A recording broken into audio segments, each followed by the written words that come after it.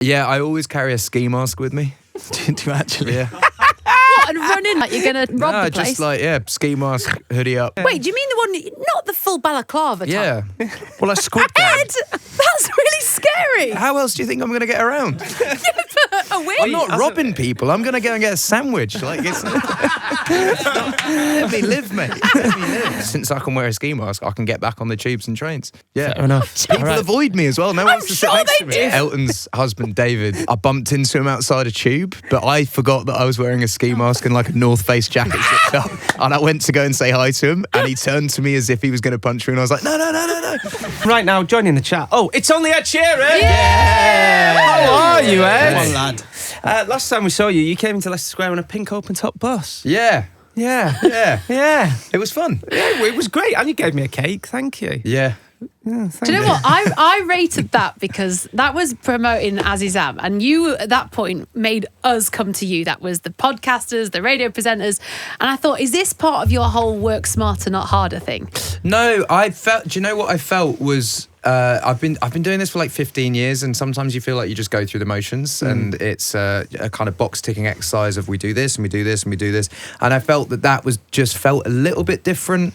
You guys had a different show, I had a different experience, and it was It was fun. cool. Does that make sense? No, it does. it's real. I actually just quite liked getting out of here and doing the radio in a bit of fresh air. Yeah, it was quite nice. It was being out and nice. about. It was yeah, good. it's just something that like I'll always remember Azizam launch for that. Yeah. Whereas like some of the other launches sort of mould into one. It was class. No, it was good. Ed, you're actually joining us on a massive week this week on Capital Breakfast. We're celebrating service stations. Cool. Don't ask why, just go with it. And Love it. we're kind of going up and down the UK, and we're lobbing out prizes, big prizes. It's got to be Beaconsfield though, right? Well, this is what I wanted to Here ask we you. go. What we're talking about here, Beaconsfield and Cobham, I think, A are on mate a of par. mine wants to have his stag do there because he's like, it's got everything. See, It's got spoons and Pizza Express. It's got a hotel.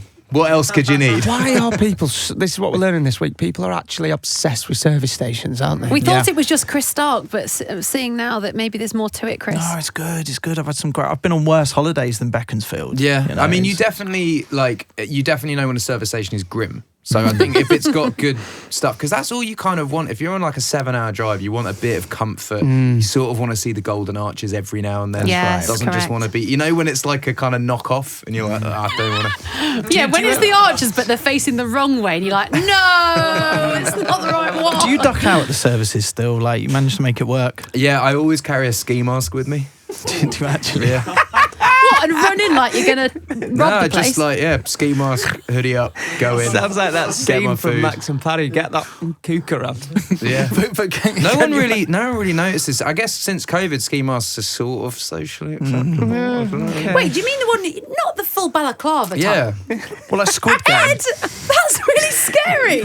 How else do you think I'm going to get around? A wig? It's got a hole into I'm it. not hasn't robbing it? people. I'm going to go and get a sandwich. Like it's And on that let note, me live, mate. Let me live. I enjoy. One of the things I missed most about my teenage years was tubes and trains. And since I can wear a ski mask, I can get back on the tubes and trains and just. Yeah. Fair enough. People All right. avoid me as well. No one wants to sit sure next they to me. do. If you see someone with a ginger mask, sorry, if you see someone with a ski mask on and just a little bit of ginger hair coming out, it could be. I make sure. It actually looks so. Elton's husband, David. I bumped into him outside a tube, but I forgot that I was wearing a ski mask and like a North Face jacket zipped up. And I went to go and say hi to him, and he turned to me as if he was going to punch me, and I was like, no. Yeah. Brilliant. There we go. All right. There's dear. so much we need to unpack there. Let's get another track on, and then we're going to talk all about your album next. It's Ed Sheeran. Yeah. Woo-hoo-hoo. Have you got the save the date yet From what? for the wedding? Oh, no. Will you put yourself forward to perform on the day, maybe?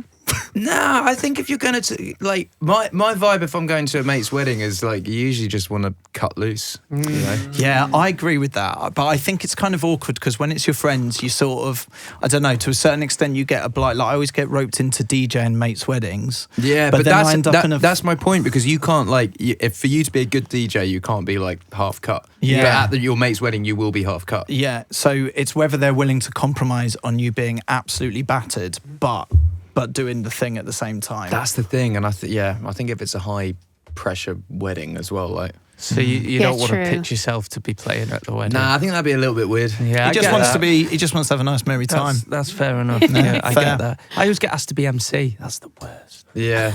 Because everyone will expect you to be funny, and I'm not that funny anyway. And then You got a bit of charm.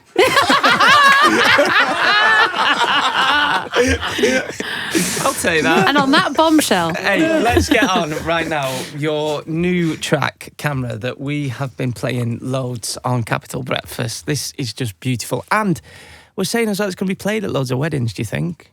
I don't know, because I feel like I'm so stereotypically a wedding song guy. So I don't.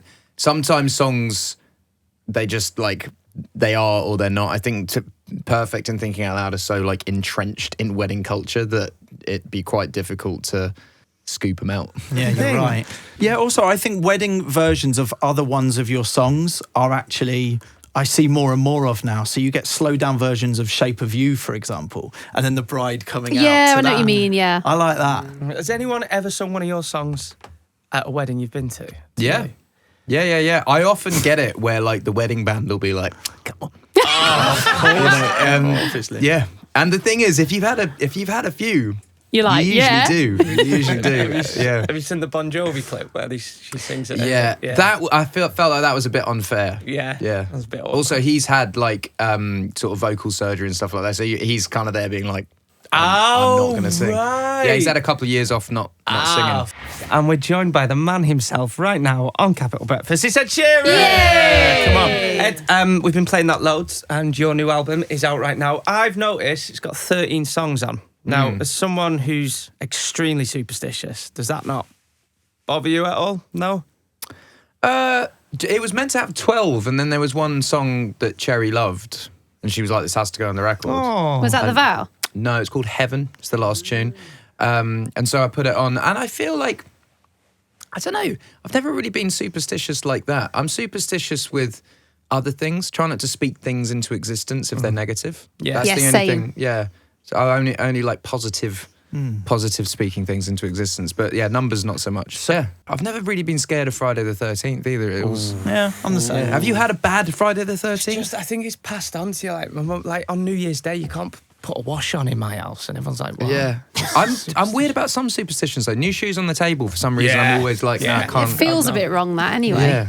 And then we've been obviously hearing about Eject, which is this album that everyone's talking about because you're sort know of what I planning find? it for past when you're not here. What I find weird about this is obviously, yes, I spoke about it in an interview, but I do think it's like just sensible life planning, having a will of wishes. Do you not think? Yeah, well, I've I've had only friends recently pass got away. one. Yeah, I've had friends pass away without wills, and it's chaotic. Yeah. So I have a will of wishes. One of my wishes is eject. I think it's a cool idea. That's But it does mean that you've got to constantly kind of drop hints about the songs you want on there, doesn't it? Because you don't want to be misrepresented on. Yeah, no, but I think like the songs that I play in my household, like Cherry hears all the music, so it's, I think at the point that it happens, she'll have a good idea of what I like, and Yeah. I think anyway. I just think it's sensible to have a will. I think. Yeah, but not many people do it musically. No, you're Ed. right. It's amazing. have an Yeah, album. but then it's chaotic. You see so many artists who pass away young who then have like posthumous albums released, and you go, would they actually want that out? So what I'm saying is, I would, and this is how I want it. I just Yeah, think it's wicked. sensible. No, it makes sense. Get a will. Take that with you today. Right, let's. I didn't think this conversation would end like that. Lovely. Ed, you're going to stick around for a bit longer. Is that Yeah. all right? Yeah, we'll do the honesty box with Ed Sheeran next. It's Capital Breakfast, and if you've just put us on, you've missed off of our chat with Ed Sheeran. Oh, you've missed a good one. Now, you've missed a real good one. Ed is about to take on the Capital Breakfast honesty box. Sean, do you care to explain what this is? We've had many of our artists do this. Who decorated the box? That's our creative producer, Nana Toad. He spent quite a long time on it, probably longer than he should have I done. like but- it. It actually looks like it's made with love. Yeah, Good. Well, there you go. He'll love that from We you. got him for my TV. Can you not tell? Love it. Yeah, there you go. So basically, it's honest answers only. Righto. Would you rather go for a pint with Jordan North or Roman Kemp? That's a harsh one. Who's put that one in? Oh, wow.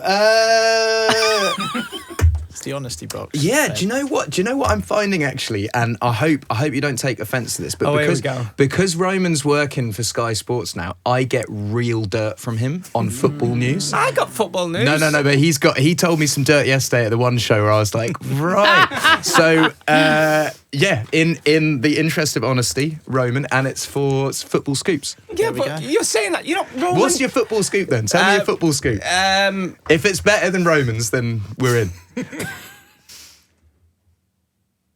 He's got nothing. He saw the Burnley manager's son in the gym. You've got to take off it with a pinch of salt. Anyways, all of his scoops. Last few times I've seen him, all of his scoops have been on. Right. You've asked me to answer honestly. It's you've answered honestly. All right, do and another. I've offended you. I'm sorry. Do another. Burnley are doing all right, though. Yeah, we're doing all right. And have you been on any Ipswich games this season? I've not been on any Burnley. I went to Bromley away, and we lost. And yeah, that was that. You're a Bromley fan. Are you? All right. How much do you think being ginger has contributed to your success? Oh God, it's being very harsh. The honesty box today. Yeah. Well, being I ginger's think that's a celebration. Being ginger's not that bad. No, I wouldn't say that. Are you ready, Zed? Fight. That's a funny question, actually, in a way. I think hugely, because I think that when I was a kid, and what was weird about being at school and having red hair is it seemed like a real issue, and then as soon as I left school, no one cared. It was kind of like in the real world, no one really cares whether you're ginger or not. But I think that it definitely put a chip on my shoulder, and I think that chip still exists, and I think that it pushes you to work hard and achieve to prove yourself. So I think hugely. I think if I was a kind of super conventionally attractive blonde bloke, I probably wouldn't have had the success that I've had. Wow. That is I actually love that. honesty box. It is, and there'll be a lot of kids listening on the scoring right now. You know what? If you are ginger, you go and show them. Do you know what I mean? Not even ginger. I just think if you're a little bit weird, yeah. I think that adds to, like, there's never been a boring pop star. I think at the heart of it, and I know people will be like, oh, so and so and so and so, but actually at the heart of it, if you hung out with, you guys meet pop stars all the time, they've always got a little bit of edge, and that edge comes from growing up a little bit weird. The It ones does that sound last do. cliched, but it's the same with Crouchy, and he always says he wouldn't have had the success he had if it wasn't for that as well. Absolutely, for standing yeah. out and being a bit different. Absolutely. Ed, it's always a pleasure. Congrats on the new I just album. opened another one. Oh, go on, quick. Go on, quickly. Sorry, Carrie. Quickly, go on. This one's quite interesting. You've collabed with some of the most amazing artists: Stormzy, Bruno Mars, Justin Bieber, and more. Who's the most difficult in the studio? Interesting. I didn't even have to answer this one. No, go on. No, you've got us. Do you know what? All of them have different ways of working. So, for instance, like Justin really values like family time. So I got a very limited amount of time to shoot a music video with him, but that allowed us to be creative with the music video that we made. That's why it was green screen and we're all in outfits, and actually it turned out great. I'd say Stormzy, Own It. That song existed for like 2.5 years with my verse on it, my hook, and Burna Boy, and Stormzy had done he'd put his verse in, but he hadn't written all the lyrics to it, and he finished it maybe 2 weeks before it came out. So part of me was just like, when's he gonna do it? This is class. But that's just the way that he works. Bruno is very much like we chased down lots of different ideas. So we tried one thing and one thing and one thing and another thing, and he just has his own method of working. They all do. Artists are artists, and they all have different ways of doing things. Like Burna Boy, when we work together, because I only work 9 till 4 because I have kids that are in school. So I said to him, I'm in the studio at 9 a.m. If you're not there by 10, I'm probably going to be gone. And he only works like 11 p.m. to 6 a.m. or something like that. Man. He came from his session to my session. Wow. So I didn't sleep. We then did a whole day, and then he came out to the gig afterwards. He hadn't slept at all, but we made For My Hand in that session, and it was great. That's respecting the school run to make massive songs. Yeah, I'm kind of overdoing nighttime sessions. For You're me, in a different bit of your life now. I always find my most creative part of the day is the morning, and like Shape of You was written at 9 a.m. I feel like your brain is awake in the morning. I get sluggish at 6 p.m. Ed, we're giving the fingers from both both sides here. Not them ones, but the little rappy ones. Honestly, we could speak to you for hours. Let's definitely get that pint in sometime as well. Please give it up for our wonderful guest, friend of the show, Ed Sheeran.